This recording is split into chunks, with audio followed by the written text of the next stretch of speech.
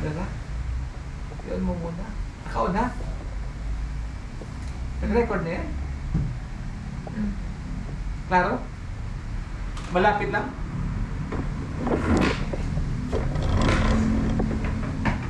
Wake up.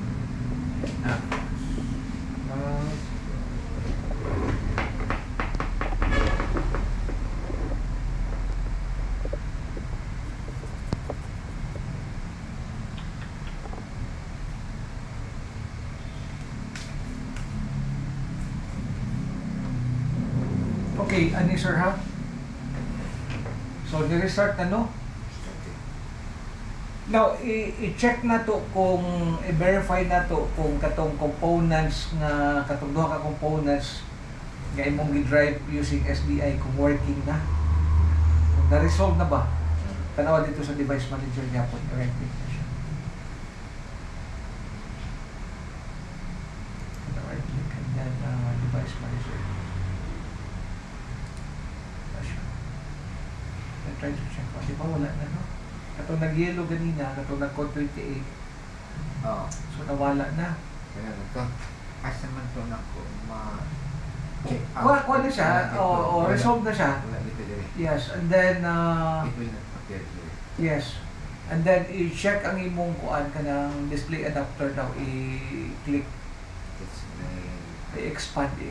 I-click ng kanang mark arrow. Gani ka ng mark arrow. I-click. Click na siya. O, di ba delete na sa Microsoft? Microsoft Basic. Yung DA is Intel na siya. Intel or SD graphics na.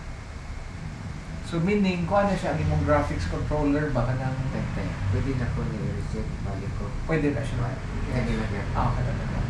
I-collapse. Ang term ato, i-collapse. Collapse. I-kuhanin mo, i-expand. Yes, Yes, yes. in this adapter. Yes. Meaning, kung ano siya, working na imong graphics controller. Drive na siya ba? No? So, well, component-wise, working na siya tanan imong components. So, wala na yung problema. Importante ba na siya kasi, like for example, ang imong network adapter. Imong network adapter. Nagkuha na siya, nag-code 28 na. Then, dili na connect siya, dili ka connect na sa network or sa internet kasi ang imong LAN port 3 kini siya sir, dili pa working. So, network local Area network. Dili Dili siya working. Pero in this case, kay working man, pero ka, i-click, i-expand. Network adapter. So, expand. Okay ka na, yes. So, mo na yung driver o ka na Realtek. Siya, i-right-click na. Na Realtek, yes, right-click. And then, properties. Okay, kabantay ka, device status niya. This device is working properly. This device. Okay ba? Katong ganina, katong nag-yellow, ang device status niya is the drivers for this device are not installed pa. So, dili pa ito siya working. Kailangan pa ito siya driver install. So now, But sa karon, yes, working na itong mga components ha. Okay, clear ang desktop sir. Clear is there. Yes, clear. Close. Now, next, i-check na to ang imong kuan, katong ang imong drive, di ba? Kato ganing imong gi-create na second partition ganina. Di ba kung present pa to sa system? Kasi may mga situation nga inig-install mo sa imong OS, dili pa siya stable pa. So you need to i-fix pa to nimo. But before to nimo himuon, make sure nga imo sa tinagtangon diri pa sa flash drive finisher. Yes. Now, ipunta lang sa atin. Now, try to check File Explorer. Ito ka sa this PC.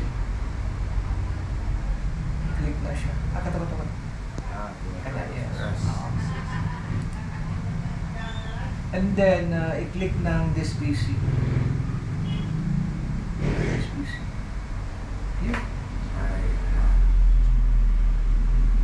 yung mga commanders din. Ah, Yung mga commands na atong ganyan. Dili niya. oh, mo na siya ang different kung man na sila, different path Ako ba? nagibog ko. Oh, brother. Kasi sa'yo, dili sa Ari lang tagali sa left, pinaka-left pane mo. Ang tawag ng pane man na siya. So, sige sir, click on this PC. Oh, you see? Ang current existing partitions ni mo ron, or volume, kanang ginatawag na itong volume, drive silang. So, wala ni appear ang imong drive, diba? No? So, wala, no? So, nasa yung mga situations nga mogawas na tudaan din na drive D. Kasi nga ni nga case, wala. kinanglan mo na i-resolve. I-resolve na ito. Para mogawas sa imong drive, diba? Ito solusyon. Ito imong backup drive yan. Mag-upgrade na di. Nga mo appear sa dito. Bawas din. Yes.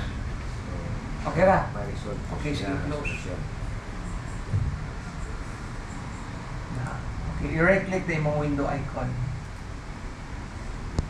Right click. Sige lang, right click lang. And then try to click disk management.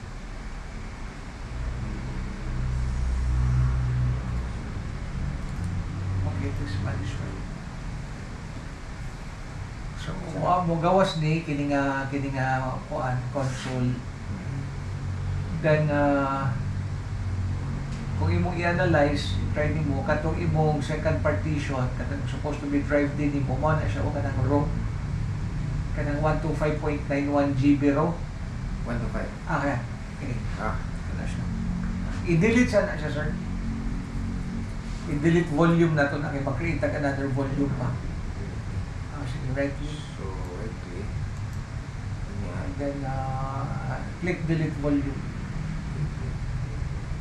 Yes, okay, and then yes, click yes. Okay, so unallocated na. Now, again, i-right click mo balik para ma-create niya ang volume. Okay, so yeah. Right click. New simple volume. Click. Sige. And then click next. Then next. Then next lang. Then next. And finish.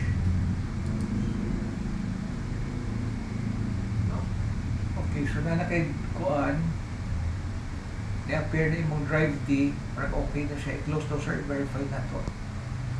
Close. Yes. I-check dito sa File Explorer. Click. Yeah, this PC again. Diba? Na drive D. So, i-appear na imong drive D. Diba? Pwede na nani mo magamit as serve as backup drive ni mo ba. So highly recommended na siya nga tanang documents ni mo